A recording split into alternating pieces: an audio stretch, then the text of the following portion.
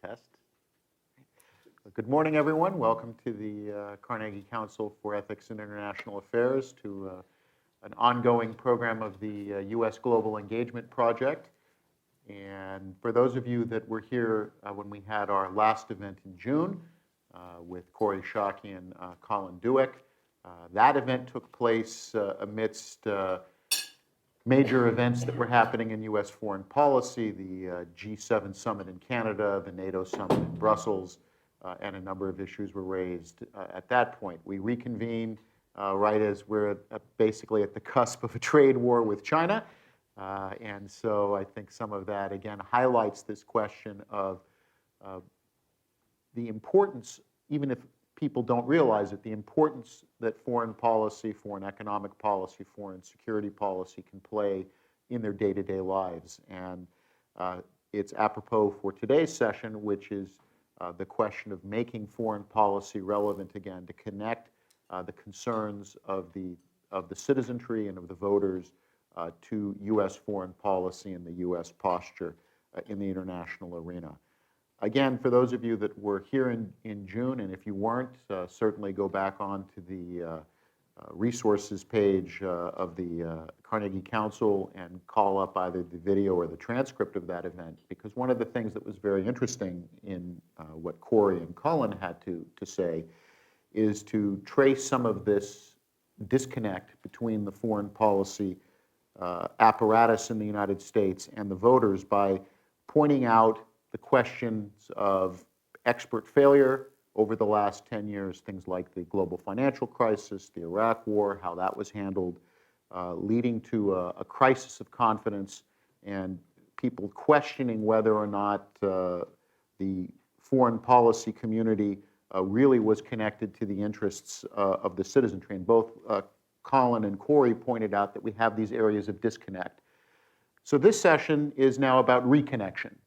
So if the last session was about diagnosing the problem, this session is to begin looking at the question of how do we make the foreign policy formulation of the United States better connected, if possible, to the concerns of voters. And we are, of course, right before what will probably be a very momentous midterm election. We're going to see, I think, my own prediction, this could be as momentous as, say, the class of 1974 or the class of 1994 in terms of bringing large numbers of new people into the political process, both as voters, but then as people being sent to Congress, which will then raise the question of whether or not business as usual will continue. So for this panel, we have brought two other members of this study group that we are running at Carnegie together, Asha Castleberry, Wyne. Their biographies are here, and for those of you who are either watching live or will be seeing this in recorded fashion, their full biographies will be connected by hyperlinks so that you can look at their background.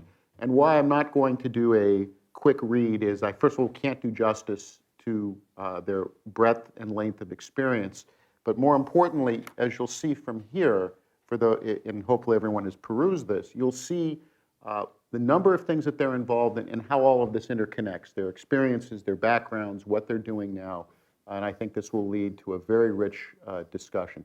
What I've asked each of them to do is to have some opening remarks and to let them take this question of making foreign policy relevant again.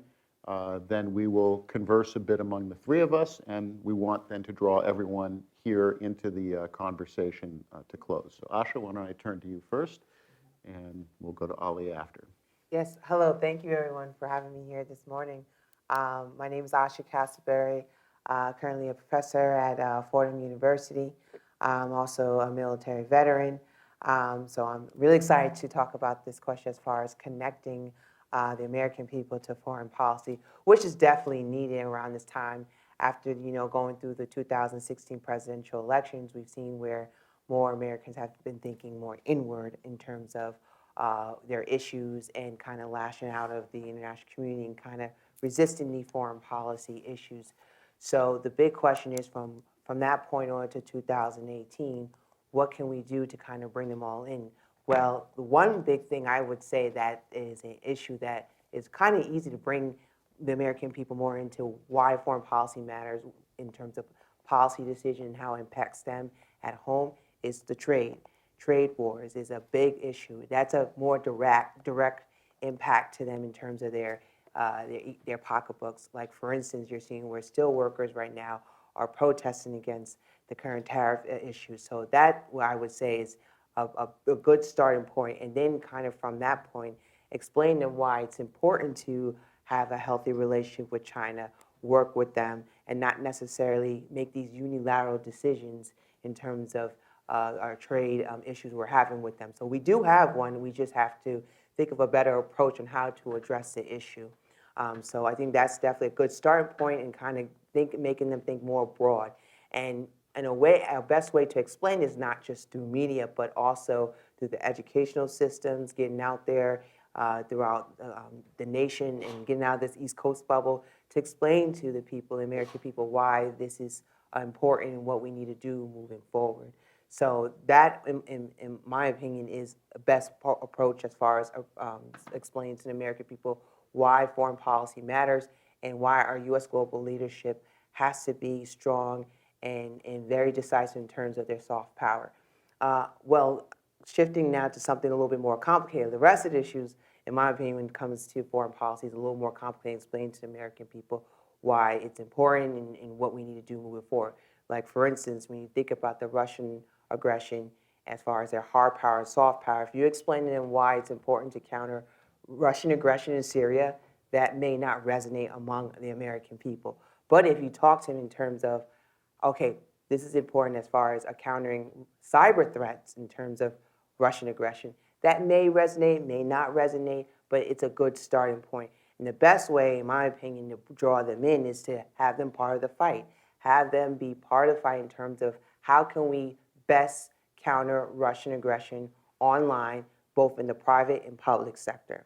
So what you're seeing in the U.S. military, you're starting to see more people are being recruited to be cybersecurity officers. That's the best route to kind of have them part of the fight. Remember, only less than 1% of the American people serve right now. So we do need more people. I mean, if you look at the National Defense Authorization Act, we have $717 billion right now, where, you know, it's bringing in, this is the time to recruit more people in. So have them part of the fight. But you have to explain to them why cybersecurity threats is important, how it's impacted us, because it's very challenging. If you look at the type of threat, it's a non-traditional threat, right? It's not a physical threat where it's actually where the American, someone in person can actually feel the threat. It's more non-traditional. It's you know, influential. It's decisive. You know, so I think that's why some Americans are tending like, I wasn't really impacted by a cyber threat during the 2016 election. So there's definitely needs to be more, some sort of education, and see how, explaining them why this threat has impacted them and how it's also created internal political instability right now. So there's a lot of explaining to do, but in terms of foreign policy, because the American people have to understand how this impacts them directly. So I'll stop right there. Well, Nick, thank you so much. It's for organizing. I think is a very, very timely and important conversation, and it's really a pleasure to be here with you, and an especial pleasure to be alongside somebody who's a friend and a mentor, and someone I really hold in the highest esteem. So, Thank you. It's a pleasure to be with you. So, Nick, I know you said that you wanted to focus a little bit more on sort of getting past the diagnostic, and I promise that I will in due course, but I think it is important to focus a little bit on some of the diagnostic issues in terms of understanding how we do make foreign policy more relevant for the American public. So first point, so let me begin, since the rest of my remarks are probably going to leave us in a little bit of a bad mood. Why don't I begin with the good news first, and then I'll get to the bad news later, and then some potential remedies going forward. So I think that the good news is that there is still, if you look at polling data, and I particularly commend polling data that's been done by the Chicago Council on Global Affairs in recent years, there is a residual support in the American public for an internationalist role. I think that we should be careful not to overstate the proposition that Americans are turning completely inward, that they're isolationists, that they want to come home. If you look at polling that the Council and other organizations have done, the Pew Global Attitudes Project, Gallup, et cetera, you find a strong support for trade. In fact, actually, one of the recent polls done by the Chicago Council found a record level of support for free trade among Americans, which I found to be a surprising but encouraging finding. You'd find strong residual support for maintaining our alliances. You find strong support for an active international role. Now, how you define active is where some of the granularities begin to differ. But broadly speaking, there is a strong public support for an enduring active role in international affairs. So I think that we should begin with that foundation, that we aren't seeing a fully isolationist turn in the American public. And this now sort of gets to Nick's point, I do think that there is a disconnect between the foreign policy establishment, such as one can be conceived, and the American public. And I want to emphasize that while, and I'll get to the impact of candidate Donald Trump and then President Donald Trump later in my presentation, but I think it's important to observe this disconnect long predates Donald Trump's sort of foray onto the political stage. And I would say that it really began to open up in earnest in the 1970s. So if you look at, and I would commend you a report by Harry Kresa, who's now working at the Pentagon on issues of cyber policy, but he was up until recently working at the Center on New American Security. He put out a really good report. I think the title is Heartland Security, and he makes the point that in the immediate aftermath of the Second World War, and then for about 3 decades subsequent, the United States government did a good job of simultaneously embracing globalization, embracing a more active role in foreign affairs, embracing advanced technology, but simultaneously investing in social safety nets at home to make sure that individuals who were being dislocated by globalization were protected. And then for a complex array of reasons that Harry lays out in the report and that others have mentioned, starting around the mid-1970s, you begin to see a gap open up. So the United States, so starting with the mid-1970s, we continue to embrace globalization, technology, a more active role in international affairs, but there's a comparative underinvestment in those social safety nets that had protected Americans before.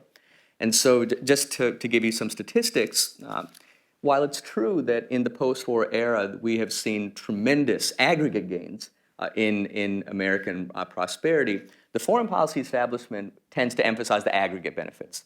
So you look at the increase in, I don't know what the exact factor is, but a multiple-fold increase in America's gross domestic product in the post-war era. You look at America's wealth, you look at America's innovative apparatus, have experienced extraordinary aggregate gains.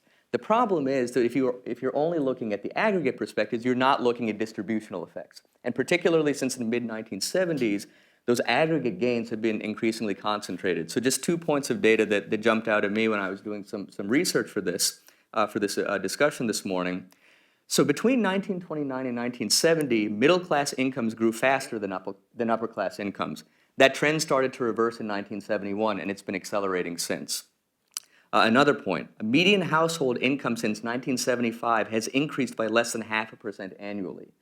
And so while we see, again, aggregate gains in prosperity, a lot of Americans in the middle class say, where is that trickle down for me? I haven't seen the gains in my day-to-day welfare. So I think the foreign policy establishment tends to emphasize the aggregate. I think that Americans, particularly in the middle class and the lower classes who are really suffering, who have seen a growth in income inequality, who have seen wage stagnation, say, what about the distributional benefits to me?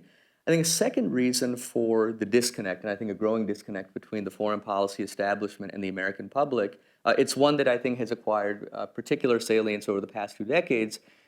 We look at America's record of military intervention since 9/11. Now, the foreign policy establishment rightly emphasizes that American foreign policy has many components. There's a military component, there's a diplomatic component, there's an economic component. The difficulty is in terms of making foreign policy concerns salient or relevant to the American public, a lot of the economic and diplomatic components of U.S. foreign policy, they're quieter. They don't make the headlines. They're more incremental. They don't really capture the news. You're not going to turn on the radio or turn on the television and hear a lot about the quiet, incremental diplomacy that's going on behind the scenes, even if it's critical to advancing American national interests. The most visible manifestation of our foreign policy, it's military intervention. Boots on the ground. It's what we hear. So if we lose a soldier, we hear about it on the news. If soldiers are injured, we hear about it. We hear about boots on the ground. And so I think that the American public, they tend to view, and understandably, they tend to think about American foreign policy largely through its most visible manifestation, which is our record of military interventions abroad. And that record leaves something to be desired if you look at the past roughly 2 decades. So take Afghanistan. In Afghanistan, the United States has lost roughly 2,200 soldiers. We have spent over $840 billion in Afghanistan. But if you look at sort of a major metric of how successful we have been in Afghanistan, you compare the Taliban's share of territorial control immediately prior to September 11th, 2001, and the Taliban's share of territorial control today, roughly the same. And so the American public says, we've lost so many of our soldiers, we've invested nearly $1 trillion in this theater. One, how is it connected to my day-to-day life? And even if I believe it's not disconnected to my day-to-day life, but I think it's important for America's national interest, what progress are we making? So that's Afghanistan. You look at Iraq, where we've been for 15 years, and a U.S. Army spokesman has said that we'll be there indefinitely to prevent a resurgence of the Islamic State. But our intervention in Iraq helped to spawn the Islamic State, whose various mutations now threaten to tie down our forces indefinitely in Iraq and Syria. So again, the American public says, what is the benefit to me materially? You look at Syria, and then you also look at Libya, where we helped to overthrow Gaddafi in 2011, and now Libya has become an incubator for remnants of the Islamic State and al-Qaeda. So if you look, the American public says, well, I look at this record of military interventions. One, I don't see how it really connects to my day-to-day welfare, and also, even if I were to accept that it's important for U.S. national security, our record leaves something to be desired. And I would also say that the foreign policy establishment, particularly in the aftermath of the Cold War, and I mentioned sort of at the outset of my remarks that this disconnect in earnest began to open up between the establishment and the public in the 1970s, but an important part of that disconnect really began to gain salience in the immediate aftermath of the Cold War. So I came of age during the 1990s, and there was a tremendous amount of triumphalism in the aftermath of the Cold War. We feel that democracy and capitalism, if not inexorably ascendant, are confidently rising. This is the golden age of peace and prosperity. This was prior to 9/11. The economy is booming, so on and so forth. And so I think that the foreign policy establishment at the time, when it was really embracing globalization in earnest, it was promoting democracy around the world. I think that at the time, it did not sufficiently appreciate the tensions that would arise between a more full-throttle embrace of globalization and the latent resurgent power of nationalism. And I think that what we're seeing now is that latent power of nationalism is really coming to the fore. And it has a couple of components. While it is true, again, that our embrace of globalization and technology has generated tremendous aggregate gains in productivity and income and economic welfare, many Americans have lost their jobs. You see the hollowing out of the middle class. In part due to trade, but largely due to automation. And I think that one of the reasons that trade is kind of a convenient boogeyman is it's easy to say if we blame a particular country, we blame China stealing our jobs, Mexico stealing our jobs. But if you look at, I would say roughly, if you look at the data, 85% of the jobs, roughly 85% of the jobs, manufacturing jobs that were hemorrhaged between 2000 and 2010 were due not to foreign trade, but they were due to automation. You can't put a face on automation. And so a lot of Americans fear this kind of the rise of the robots, automation is going to take away my jobs, and so they feel a loss of agency over their lives economically. There is also a demographic anxiety. There's also a sort of a socioeconomic anxiety. I think that the prevailing demographic constituency in the United States fears that with the foreign policy establishment's embrace of open borders, the influx of immigrants, they feel that they are going to be marginalized, that their political purchase is going to be marginalized, and that anxiety is very acute. There's also an outsized fear of terrorism that comes with the embrace of open borders. If you look at the actual data suggests that the public's concerns about terrorism are inflated, but nonetheless, there's a very palpable concern. And so you look at economic anxieties, you look at demographic anxieties, cultural anxieties that now inform this nationalism, and then enter Donald Trump onto the political stage. And I think it's important to emphasize, Donald Trump did not cause populism. Donald Trump did not cause nationalism, the resurgent populism and nationalism that we are seeing. But I do think that he, as a candidate and now as a president, he has tapped into those sentiments very effectively.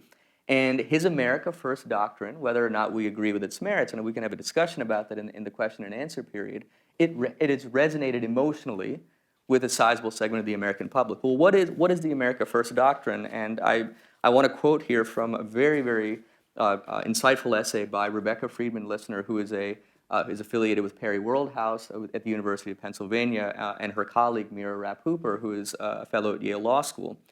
They write in an essay that they published in the Washington Quarterly earlier this year, quote, America First is, at its core, a message animated by nationalism and nativism. Its economic nationalist creed seeks to reassert domestic control over the economy by pulling back from international trade, unshackling from multilateral regimes, and stemming immigrant flows. In so doing, the argument goes, the United States can regain sovereignty while cultivating a pure national identity and improving the lot of average Americans. So analytically, we can debate America First, but if you read that quote, it makes people, so what the president is doing is, and what the purpose of this America First doctrine is, it resonates with people emotionally who feel that they've lost agency over their lives, who feel dislocated by globalization, who feel buffeted by forces that are external to their control. And so I'll close by saying that if we want to make foreign policy, if we in the foreign policy establishment, if we want to make foreign policy relevant for the American public again, if we want to have the public play a greater role in shaping an activist role or a robust international role, part of the challenge is one of explanation. I don't think the foreign policy establishment has done a nearly good enough job of explaining why Americans should care about foreign policy. I was just telling Nick at breakfast earlier this morning that I attended an event yesterday in which one of the speakers, he was a very high level ranking government official, has served with great distinction, and he was the senior foreign policy advisor to Secretary Clinton during the campaign, and he said, Jake Sullivan, and he said at one point, he said, I was knocking doors and I was talking with the voters, and Jake Sullivan, like many, is a proponent of this notion of a liberal international order. And so he says, I was talking with a voter, and I, meaning Jake Sullivan, he said, I said to this voter, well, we need to invest in this liberal international order. It's under duress from without and from within. And the voter said something very interesting. The voter said, I don't know what the liberal international order is, but I can tell you I don't like the three constituent parts. I don't like liberal, I don't like international, and I don't like order. So if you put the three together, I'm certainly not going to like the concatenation of the three. And he said that with, and people laughed, but there was, I think there's a very serious point to be made, that rhetoric matters. The language that we use to convey the importance of our engagement in the world matters. So explanation is part of it, but explanation can only go so far. You have to make an emotional case. You have to connect with people where they are emotionally. If you go to very significant segments of the American public and people say, I'm dealing with opioid addiction, my wages are stagnant, I haven't seen a gain in my real income, and you say, well, your fears and your anxieties are analytically misplaced, you've already lost the public. Yeah. You need to meet people where they are emotionally, and then, once you've made an emotional connection, then think about how we can make a case based on where they are emotionally, based on where they are in their lives. How to then make the case that's saying that given your emotions and given where you are right now in your life, an activist foreign policy or robust foreign policy matters. So I know I've already overstepped my time by a lot, but why don't I stop there? Yeah. One of the things that both of you brought up, I want to pick up on your last point, Asha, and use that as a jumping off point. You talked about foreign policy issues needing to impact people directly. That is, they can't think of it as something that's disconnected if it's to be made relevant to them and if it's to be important. And you opened with we now are facing a trade war. This becomes a pocketbook issue. This is no longer something. But then I also really picked up on this point about, and it's not just military service, although that's one component, but the larger issue, and as Nicholas Nassim Taleb would say, a lot of people just don't have skin in the foreign policy game. And in some ways, our foreign policy establishment is to blame because we've made it easy for people not to have skin in the game. We kind of have said, don't worry about, let some people in Washington handle this, we'll take care of it, and you don't need to be involved, and therefore, if you're not involved, you're not invested in it. And if you're not invested in it, then you don't see how it impacts you. And I think that's one of the things that we're grappling with. And I think, Ali, your point about that you raised here, that people are looking at this record, of saying, well, how does this matter to me? And I think we still have not been able to make a case. I mean, my worry is that people too easily fall into, we have these time-tested statements, America, it has to lead, for example, and that's still trotted out by politicians, and you have people saying, why? And no one, well, America has to lead because if we don't, then what? And someone, as you said, that in your remarks, that people who feel a loss of agency, who are concerned that the ground is shifting under their feet, don't necessarily see why this matters to them.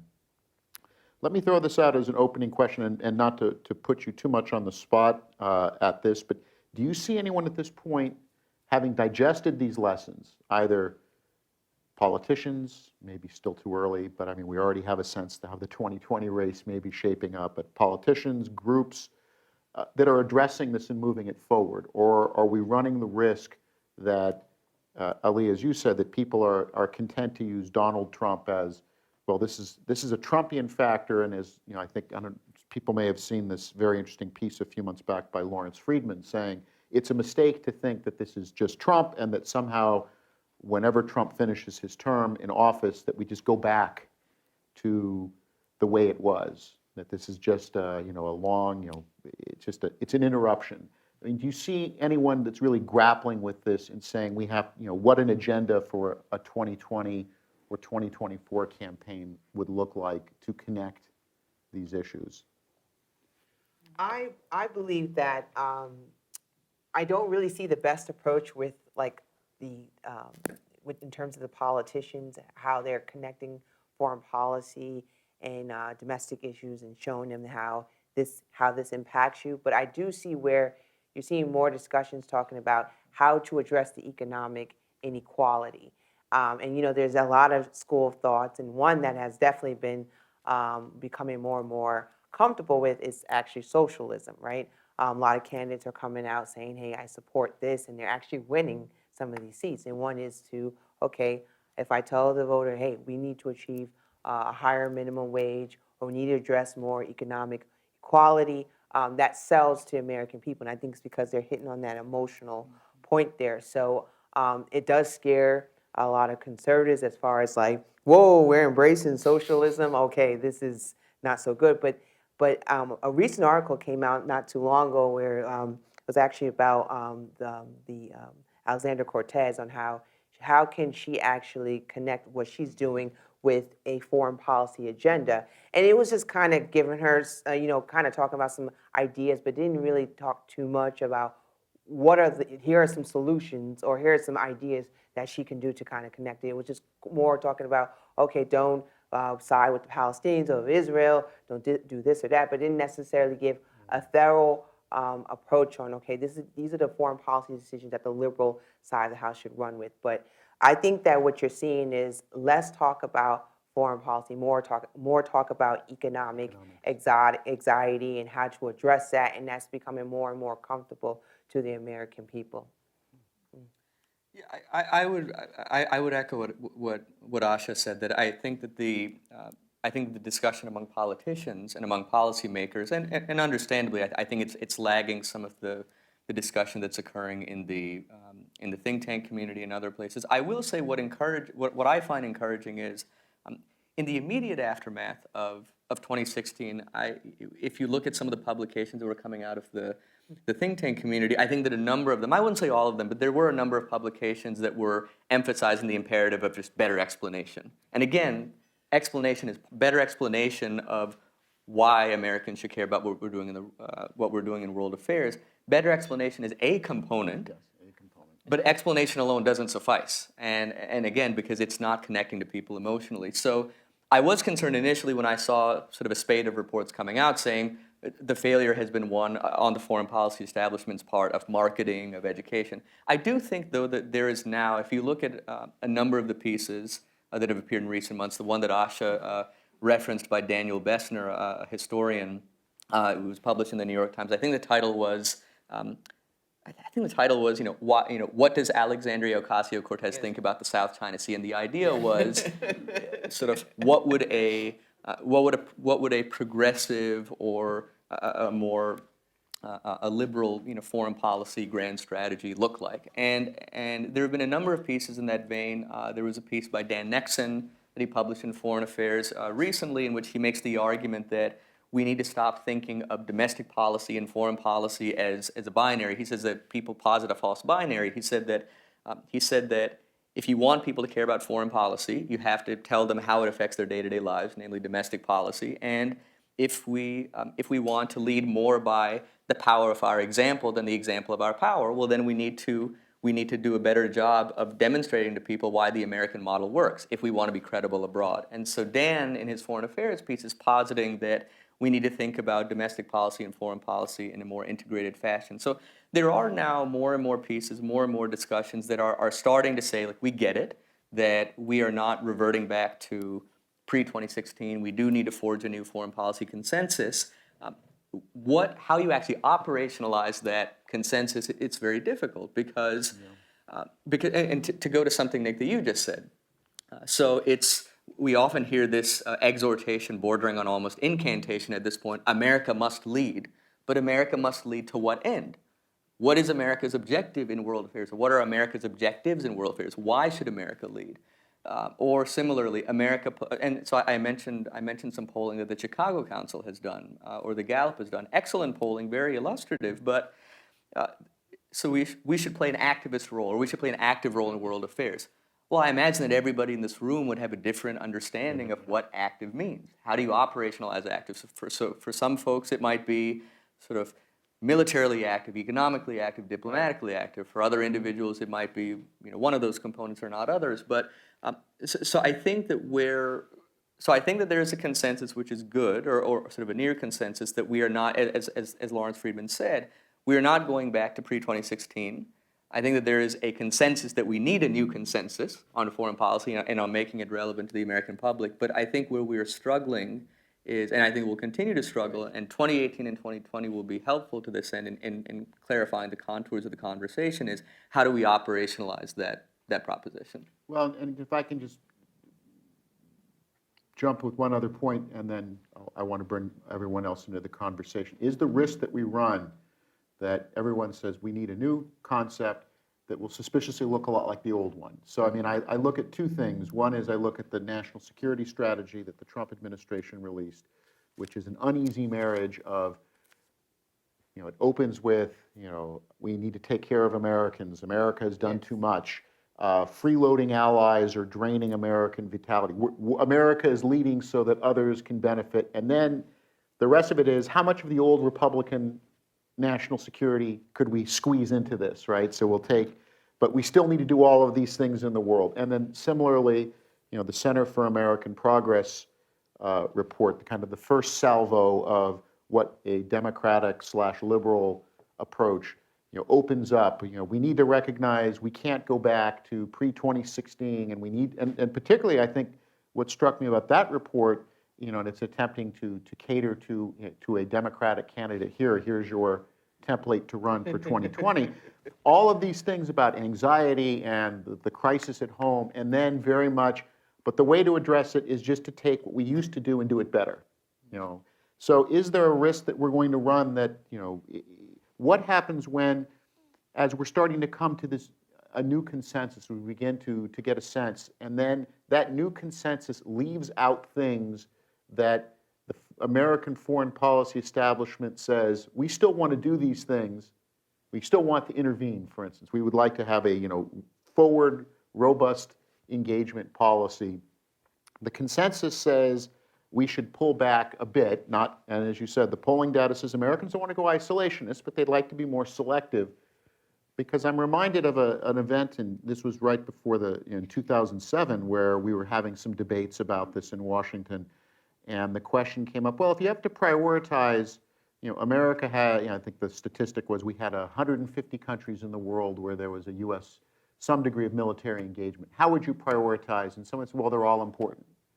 So is that the risk that we run, that we start talking about a new consensus, that economics matter, dealing with the concerns at home matter, inequality matters, America can't do everything. And we saw that President Obama was trying to struggle with this and always was running up against, yes, we ought to do less, but here's still everything that we ought to be doing. And we're not really prioritizing for you. I mean, is that a risk that we could still see a disconnect as we move forward of this embrace of we should do things differently, but suspiciously look a lot like we used to do it prior to 2016? Yeah, I'll leave you first. And take a crack at it. I mean, I think that risk it's an appreciable risk, and it's an appreciable risk just because I think it's important to recognize in the establishment's defense that there's a lot of inertia. There's a lot of inertia, and I think that for a long time, that we could afford, we in the foreign policy establishment could afford to proceed with a certain inertia and revert to some of these familiar exhortations, invest in the liberal world order, because we didn't see this visible, and we didn't anticipate this visible and potent manifestation of discontent with those formulations, and I think it's hard to overstate how jarring the election has been in this regard. So I mean, I remember, if we'd been having this conversation 10 years ago. So 10 years ago, we're in the throes of a global financial crisis. There are many discussions in the think tank community and the establishment community about the sort of the frailty of the post-war order. How do we reconfigure U.S. foreign policy? But at the time, and I would say that from 2008, I'd say roughly up until Donald Trump's election, that discussion was primarily focused on pressures from without. Yeah. So how do we make our foreign policy, or how do we make the international system more accommodating of emerging powers? So China's resurgent, it wants a greater say in world affairs. How do we make a system more accommodating? Russia is in some respects resurgent. India is resurgent. Brazil. So the discussion from the period between the onset of the financial crisis and Donald Trump's election, it was primarily focused on how do we reformulate America's role in world affairs to deal with external challenges.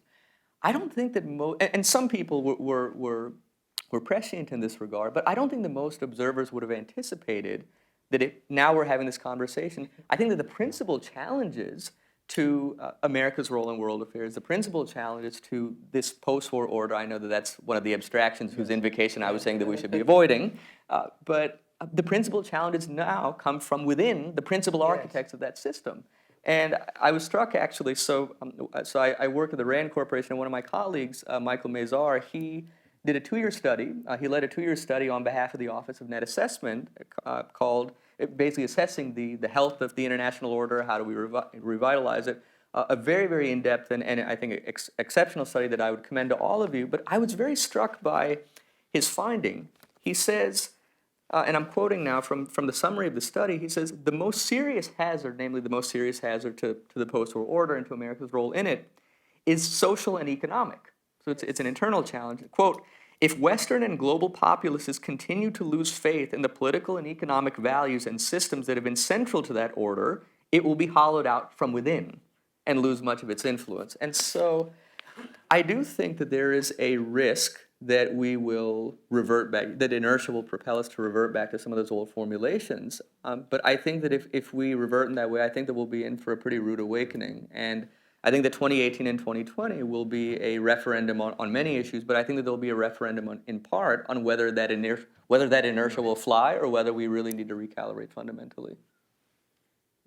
I think we definitely do run that risk as far as trying to balance out our global leadership in the international community, as well as trying to address our internal issues as well. But I feel that in terms of our economic challenges, they're continue to exacerbate for many Americans.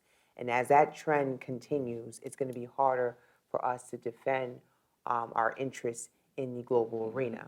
So I would say for the voters, as far as foreign policy in pocketbook issues, always look to the budget, right? If you look at the budget, you will see that that is a starting point where you can you can initiate the debate, try to build a consensus on how to address these issues. For instance, going back to the new NDAA, we spend up to $717 billion towards defense. That's a lot in terms of modernizing our military, going towards to overseas operations, contingency plans. Contingencies. I mean, there's a lot going towards that.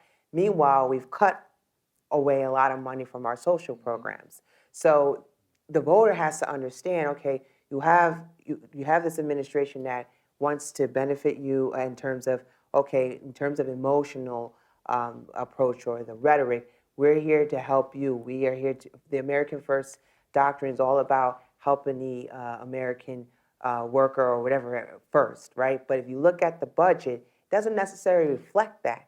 So I know we're kind of like in a race with China as far as defense expenditures, et cetera, et cetera. And I'm not really necessarily too much against about increasing defense expenditures, of course, the military. Yeah. But at the end of the day, we have to be more effective when it comes to our money and in our global leadership, because the more we pour into that, and that trend continues to exacerbate in terms of economic failure from the, within internally, it's going to turn into a big mess. Especially, it's going to be very challenging to balance the two.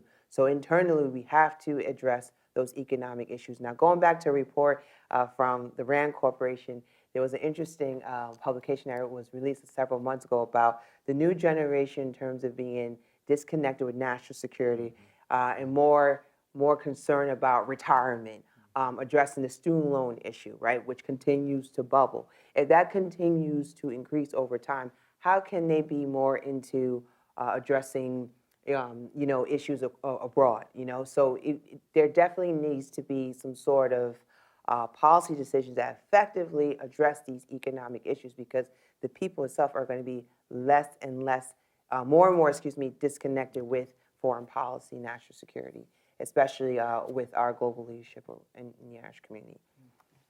And Asha, your point about the budget reminds me of that Colin Powell quip, which is, show me your budget and I'll tell you what your strategy is. Yes. Let's open it up. We get so we'll start, ma'am, with you. Can we just? I just need to get you for the microphone so that we capture your comments for posterity. Thank you. That's what we're concerned about, posterity. But drawing upon some of Asha's remarks, just this week there have been more articles about China, a growing Cold War with China.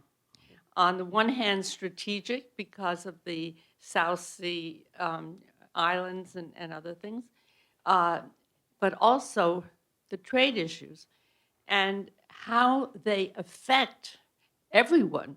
The big corporations are negative on all these tariffs. And when the price of oil changes and so forth, it affects consumers internally. And then people are very interested in what's going on. Or if you're a soybean farmer, yes, and the tariffs are going up so high. So aside from the abstraction of the foreign policy elites, there are bread and butter issues coming up every day that we read about and we think about, and that people in the rural areas are really very concerned about, because it hits their pocketbook more than it hits most of ours. Yes, I definitely agree. And what is very interesting moving forward is that you're starting to see a growing number of people that are becoming more concerned about these trade wars or the increase in terms of the tariff issue. So this, I think, will definitely, I think that's a pivotal point as far as getting more people more engaged in foreign policy. And I think the foreign policy establishment should take that point and kind of make it more, broaden it to engage more people as far as the concept of why it's important to maintain our alliances, get along with China, addressing the situation. So that's definitely a point where the foreign policy establishment should take advantage of in bringing people into the foreign policy dialogue. Mm-hmm. Just to build on what Asha was saying, I think your point is extremely important. And it's interesting, if you look at, so China recognizes that it can engage in one-for-one tit-for-tat retaliation on tariffs. So the United States, I think if you look at the figures last year, we imported roughly, I think it was $505 billion worth of Chinese goods. China imported roughly $130 billion of of American goods. So if you just do tit for tat, at some point China's options are going to run out much faster, and so China realizes, okay, well, I'm going to soon run up against the limits for what I can do in terms of one-for-one retaliation. Are there other ways, sort of asymmetric ways in which I can retaliate? And it's interesting that the tariffs that they have imposed have been targeted at, as you mentioned soybean farmers, they've been targeted at the agricultural and industrial heartland. And those are constituencies that have been disproportionately important to when Donald Trump was a candidate. They were very important to his gaining momentum, and as a president, they've been core to his base. So China is designing its retaliatory strategies with American domestic sensitivities in mind. Just as a broader note on, you mentioned the notion of a growing Cold War with China and reference trade. What worries me about the trade war is that it's actually something of a misnomer to call it a trade war, because what's really at stake is not deficit figures. What's at stake is competition over the commanding heights of frontier technologies. And so trade and trade imbalances are a proxy for that. But what we're seeing right now is that the United States and China, they had taken for granted for a long time, and the foreign policy establishment had taken for granted, in this country had taken for granted for a long time, that deepening economic interdependence between the United States and China was good. It brings the two countries together, and given that because outside of trade, there aren't really that many organic forces that bring the two countries together. Trade interdependence has been a very crucial force bringing the two countries together. My concern is that if the two countries economically begin to decouple, what are then the stabilizing forces for the relationship? And if you want to talk about issues that would really affect not only stability in the Asia-Pacific, but global stability, and begin to have then, I think, effects on Americans, I do think that a permanent or even sort of protracted economic decoupling between the two countries could hurt Americans' pocketbooks big time. Arlette Laurent, the questions you've raised on the panel, whether America should lead.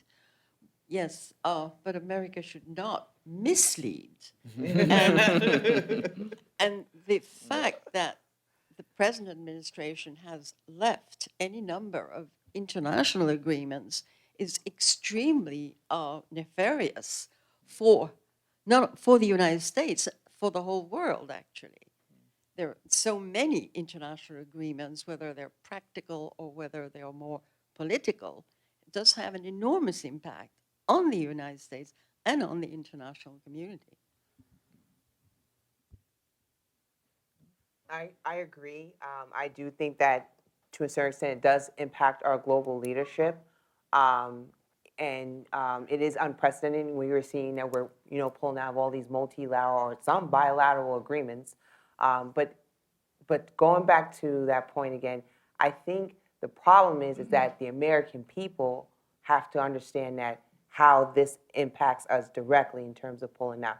How does that negatively impact me overall? And I think that's where we're having a challenging point right now is how do they feel that maybe, the establishment definitely sees that, okay, this is impacting our global leadership. This doesn't look good. We're embracing unilateralism, but at the end of the day, I think the American people are kind of having an issue, and sometimes probably doesn't even think about it as far as seeing that there's definitely a liability pulling out these agreements.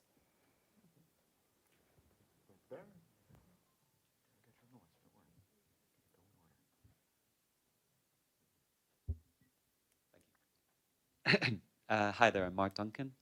I just want to touch upon one theme that you both discussed, which is kind of the post sort of 70s disconnect between domestic concerns and foreign policy, and the fact that people are more worried with material sort of domestic factors like retirement and personal security. Is it really a question then of trying to enlist the public in foreign policy and make it relevant to their concerns, or is it simply a factor that if people have personal economic security, are they simply pacified then? And do they just kind of leave, foreign policy processes, and experts to their own devices, basically? So it's a really important question, and it's one that I think many folks are grappling with. I was having a conversation actually not too long ago with somebody who said that we tend to talk about a bipartisan consensus on foreign policy, and the question is where does the public fit into that consensus? And you could make the argument that during the Cold War, the public was confronted with an existential menace in the Soviet Union, was willing to defer to the preferences of the foreign policy establishment, even if U.S. foreign policy during the Cold War might have resulted in might have compromised domestic interests or might have undermined Americans' welfare at home, but there was an existential menace, and so the public says, we defer to you.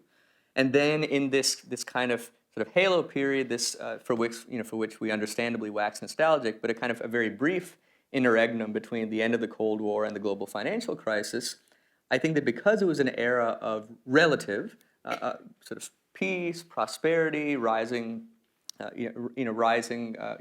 economic tide, I think you could make the argument that perhaps the public, even if the public was wary of certain adventurism abroad or was wary of an overly activist foreign policy, because domestically conditions were reasonably good economically, that maybe the public adopted a more passive role.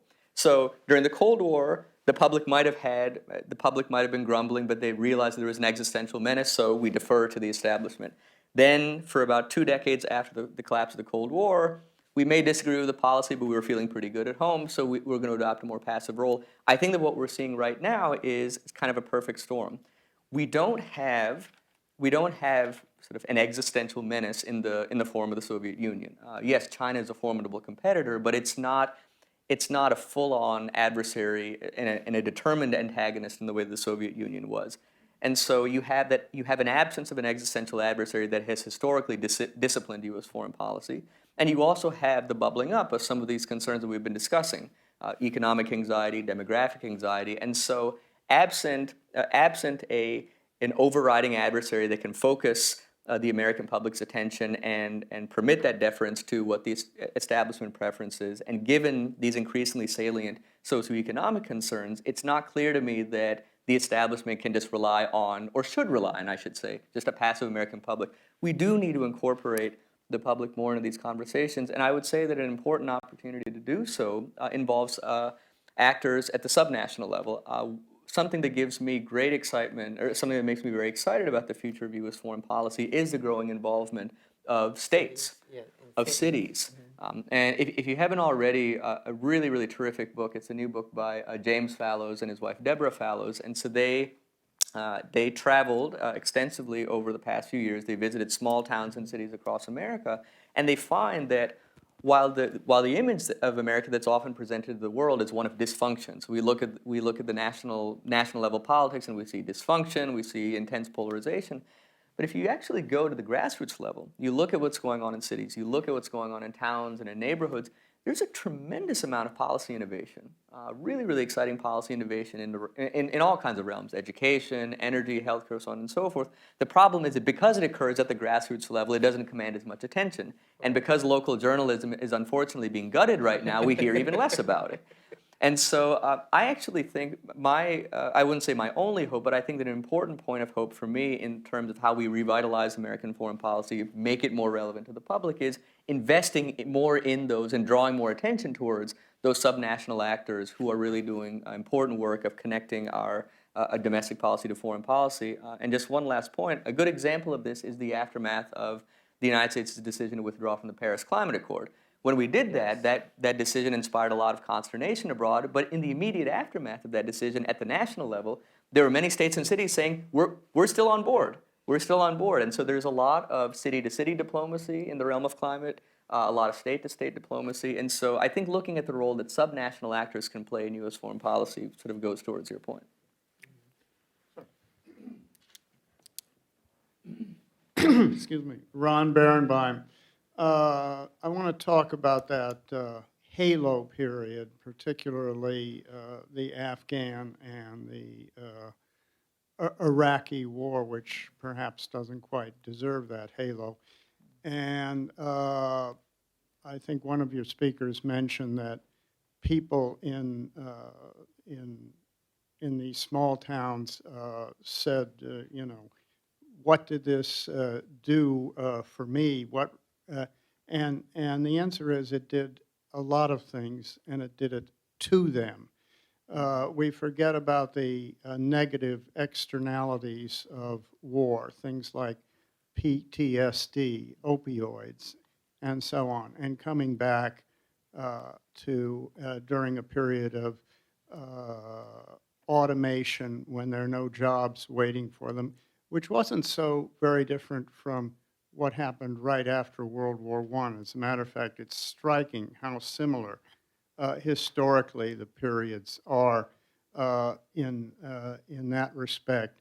And I do not remember, even though I was an American history major, the Democratic candidate John W. Davis's 1924 foreign policy platform, but I think it is not well known. What happened was a period of prolonged isolationism from both parties and the lack of engagement by the American people, and it only took an external crisis to revive it. Yes, I do agree that we have benefited from some of the, our military strategy or current operations going on in Iraq and Afghanistan. If you've noticed lately, the threat level in terms of asymmetric attacks within the United States has continued to drop. One reason is because we are defeating ISIS in the Middle East. There are some challenges. It's not a perfect environment, especially when it comes to Syria. But if, I would say that in terms of the infrastructure that President Obama established and then the subsequent administration that continued that security infrastructure to defeat ISIS, you are seeing the benefits where the threat level here in the United States has kind of dropped. It was at a peak at one point before the 2016 presidential elections. And from time to time, you will see that there is some sort of attack from a lone wolf who's a sympathizer to ISIS here and there, but I would say that it has dropped. So we have benefited from that. But once it becomes silent, that, okay, there's no threats, there's no attacks, but we have ongoing wars going on overseas, the American people become disconnected about why are we still there, right? But then it's more reactionary. When an attack actually happens, then we go, okay, we're failing. So, but I feel that right now we're somewhat benefiting for the fact that the asymmetric threats in the United States have dropped considerably since we've continued our operations against ISIS and somewhat a little bit with regards to the Taliban in Afghanistan, but definitely against ISIS, which was a big problem definitely here for asymmetric attacks in the United States. Just to your something that Asha just said that really resonated with me is this notion of silent warfare. I think that one of the concerning trends is that I at least certainly when someone says war, I associate war with boots on the ground, and we still do have many thousands of boots on the ground, but increasingly war is being delegated to the realm of technology, to the realm of drones. And increasingly war is being conducted that circumvents formal legal processes. And so the problem is, if war is occurring, but there aren't boots on the ground, it's drones from the sky. Yes. If war is ongoing, but it is not declared, then a disconnect opens up between an American public that thinks we're not at war, even though, Nick, you gave the statistic earlier, that I think that we have special operations forces deployed in something like 149 countries. Yes. So it's roughly 3/4 of the world's countries. We do have residually many boots on the ground in the Middle East. We're expanding a campaign of drone strikes in Africa. So there is a lot of, we are at war. We are at war. How much of that is being reflected in the discourse at home is not clear. So I think that being mindful that a lot of war is it's ongoing, but it's increasingly silent to the extent that it's not reflected in the discourse is important. And to your point about unfavorable externalities, absolutely. One of the trends actually in warfare. There's an article in Foreign Affairs by Tanisha Fuzzle and Sarah Krebs that talks about that one of the trends in warfare is that the ratio between the number of American soldiers who have been wounded to those who have been killed has been increasing steadily. So we tend to focus on, understandably, on those who lose their lives in war. We don't focus as much on those who live, but they live with crippling injuries. They live with mental trauma. And so we have a growing number of veterans that are coming back home, and they are struggling. They're struggling to reintegrate into society. They're struggling to find work. and they aren't discussed as much. They aren't as much a part of our national conversation about warfare, about veterans, and I think that that's a shame. And I would say that one last point on externalities is I do think that in 2018 and in 2020 we're going to have more of a discussion about the trade-offs, and we should have a discussion about the trade-offs between what we do abroad and what we do here at home. And I think that we do need to have a conversation about which commitments abroad are essential to preserving our vital national interests, which ones are not. And I will say that we've in our conversation this morning, we've critiqued some of the president's policies. I will say though, I actually think that it's good that Donald Trump is a candidate and Donald Trump is a president. I do think that he's interrogated certain orthodoxies of foreign policy, and I think that I think it's appropriate, healthy, and actually imperative to, from time to time, interrogate certain shibboleths and certain orthodoxies of the establishment. The question is, once you've done that interrogation, how do you proceed?